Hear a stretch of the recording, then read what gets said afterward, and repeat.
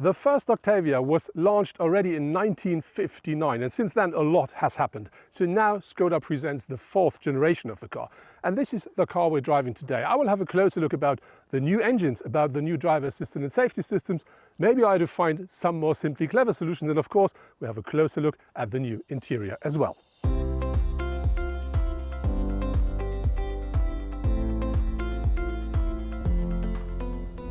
We do find new displays inside of our car. So we do find now a digital cockpit here as standard, which is 10.2 inch in size. And this is completely configurable the way you want. And you have different styles you can choose from. So you really can build the cockpit you want. And it's flanked on one side with the information about your tank, and on the other side with the information about the car's temperature. So that makes the cockpit looks a bit wider. On top of this, you do find touchscreens at the center console from 8 inch up to 10 inch. And this 10-inch system here really is an absolutely pleasure to look at. And it's completely configurable. So you can choose from different favorites you want to put on. You can choose how your home screen should look like. You can choose what should be where. You can completely configure it the way you want. And this is something I really do like. And it's not only this 10-inch screen that looks very, very pretty inside of a car, it's also all the functions behind it. Another thing which I like a lot is the new steering wheel. It looks so modern, so fresh, and together with the new cockpit, it really gives the car, a completely new and fresh look. On top of this, you do find new buttons and knobs at the steering wheel. On the left-hand side, you can control the complete audio system, you can start the voice control, and you can start the heated steering wheel. On the right-hand side, you can control on one hand the driver assistance safety systems, and on the other hand, the whole cockpit of your Octavia. Overall, if I'm right, this new steering wheel offers you about 14 different functions to play with while driving. The new Skoda Octavia is now 1.83 meters in width, and that's a massive 15 mm more than its predecessor. Yeah, I know, it looks a lot wider. One reason for that is the new grille. It's wide and it's very flat, but I think more important are the new headlamps. They're a lot thinner, a lot more precise, a lot more sharp, and to mention it now as standard, all with an LED technology. And if you want, you can have matrix LED as well with 22 bulbs per side, or LEDs per side, but that'll cost you some cash extra. And you still find the logo of Skoda at the bonnet. And to prove that we do drive the so-called trim level style, you do find this chrome element here at the front bumper as well. I really do like the interior of the Octavia. So you do find softish material, you do find fabrics, you find leather, you find things that look a bit like a metal. So all the surfaces, everything is absolutely nice. And you do only find plastic a bit more lower down here at the center console, or maybe in the side of the doors. But that's something that really just doesn't matter because it looks great. You have no extra noises in the car. So I think I really do have to say I absolutely love the interior. Of course, there are also new Simply Clever solutions in the new Octavia. These include the comfort filler neck for refueling at Blue in the diesel vehicles, or the 2 pockets for smartphones in the backrests of the front seats. Also new is the optional hand brush in the matching storage compartment of the front doors. Of course, the eye scratcher in the fuel cap should not be missing, just like the trash can in the door or the ticket holder on the windshields.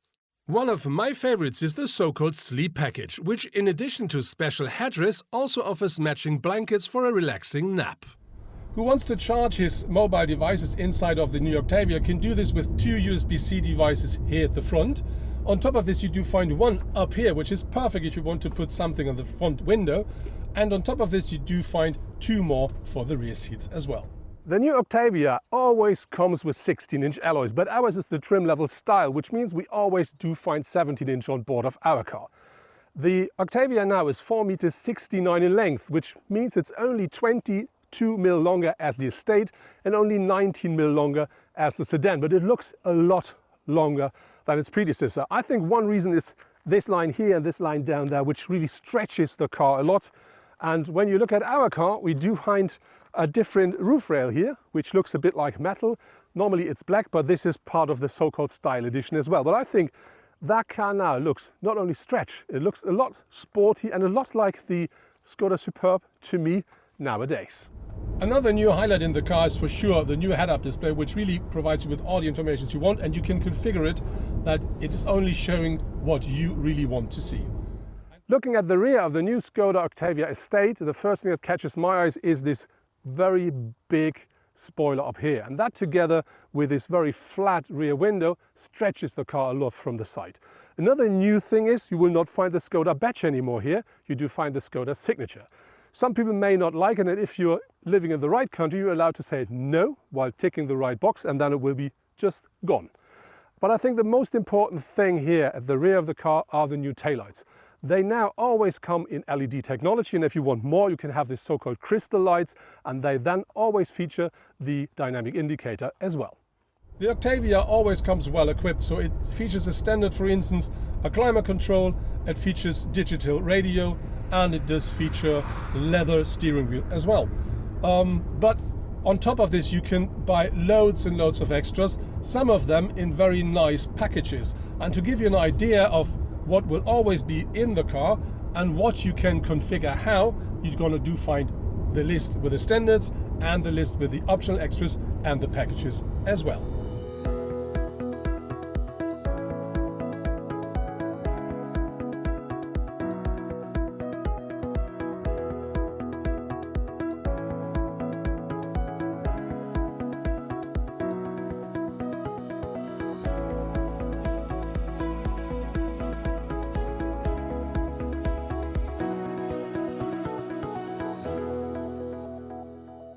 When we talk about storage compartments in the car, you do find big compartments in the door, so you can put a 1.5 liter bottle in there.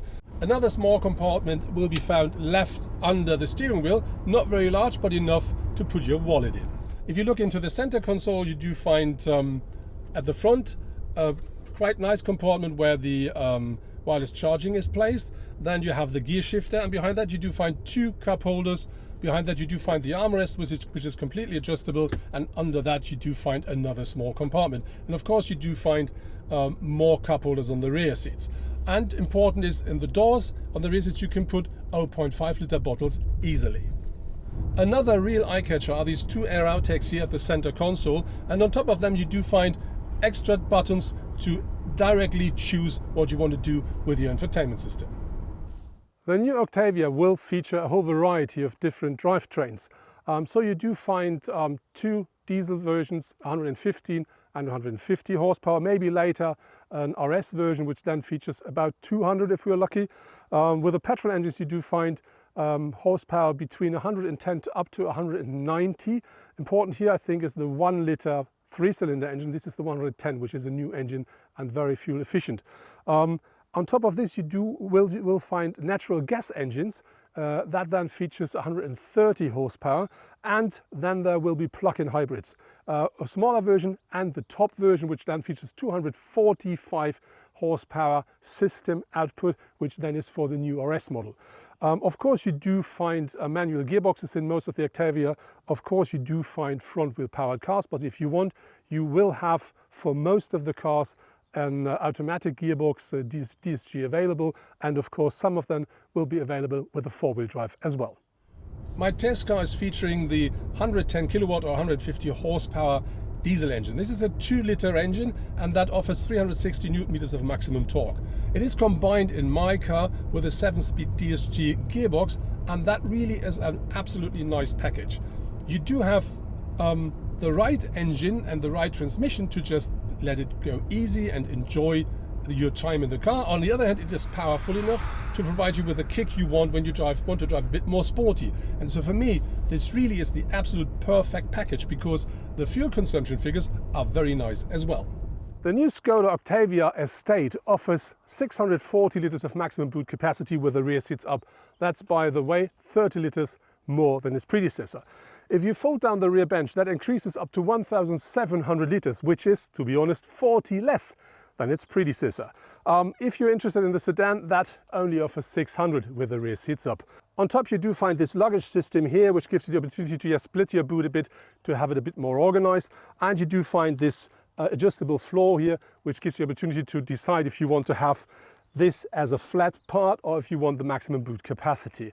If you want to tow with the car, the new Octavia Estate with our engine on board offers you up to 1,600 kilograms of maximum towing weight. At first glance, 640 to 1,700 liters of luggage space does not sound like much. However, if you look around in this segment, you can see that, for instance, the Opel Astra Sports Tourer offers 540 to 1,630 liters, and a Ford Focus Tourer 608 to 1,653. Even the significantly higher class BMW 5 Series Estate provides a maximum of 570 to 1,700 liters of cargo space.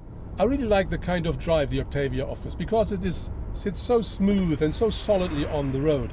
And if you want to do it a bit more quick or a bit more sport, you just change your drive mode into sport, and then the whole car gets a bit more crisp, a bit more direct and precise. And if you want to do it completely differently, then just choose Eco, and then the car is more environmental friendly and will use less petrol.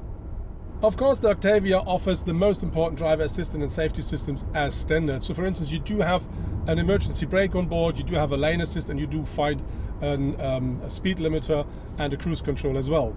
But of course you can have a lot more. And to give you an idea of what is basic and what is an optional extra, here you do find two lists just to show you what you will always get and what you have to pay for.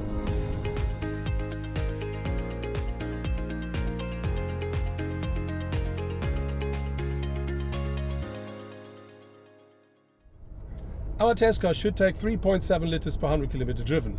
And I always thought this is a very nice number, but honestly, our car never uses 6 liters. It always uses between 5.5 to 5.6 per 100 kilometer. And I think for a car with 150 horsepower and an estate of that size, that's a very nice number. The new Octavia offers more than enough space at the front seats, even for tall persons like me. I'm nearly 2 meters. On top of this, you do find yourself on very nice and comfortable seats, which also offers loads and loads of support. How much space there is behind me, we're going to find out while having a short stop. So the short stopover to see if I can sit behind me. I didn't change my seating position. Let's see. So with my knees, I do have, enough, but with my head, it's not comfortable.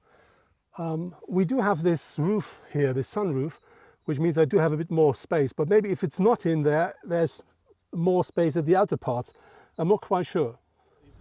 Another new thing in the new Octavia is when you drive the automatic gearbox, this gear shift knob here, because this is no longer a big one. This is something we call shift by wire. So it looks a bit more like a joystick, and that provides you with the option to choose your drive mode.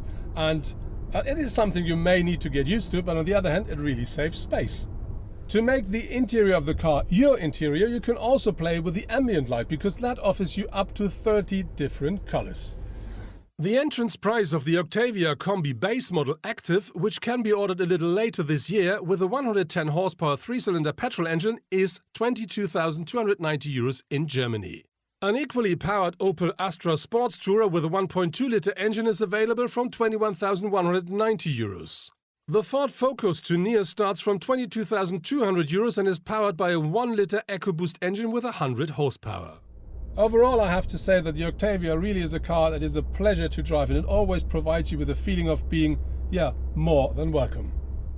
That was my test drive with the new Skoda Octavia Estate, and what I really do like with the car a lot is the new exterior design, because it looks so much more modern, so much more sporty, really benefits the car. When you then look into the interior, you do find the same. Everything is modern, everything is fresh. Of course, we do have new systems on board, which we may get used to, but at the end of the day, you will find so many new and very helpful features on board of that car. Some standard, some are optional. What I'm 100% a fan of is the new seat, because this seat is not only extremely comfy, it also provides you with so much support. It's an absolute pleasure to sit in there and to drive for a long while. What I'm not 100% a fan of is the space behind it. Normally I can always sit very easily behind me and a Skoda, but this time it wasn't 100% comfortable. Maybe the reason is the new seat, I'm not sure. Maybe we find out that with another test drive. But one of the biggest pluses with our test car is the engine. The 150 horsepower diesel the consumption is absolutely great. It only took between 5 up to 6 liters in average, which I really do like and which I not see every day with such a size of a car. And what the new Skoda Octavia definitely proves is that this is the next generation.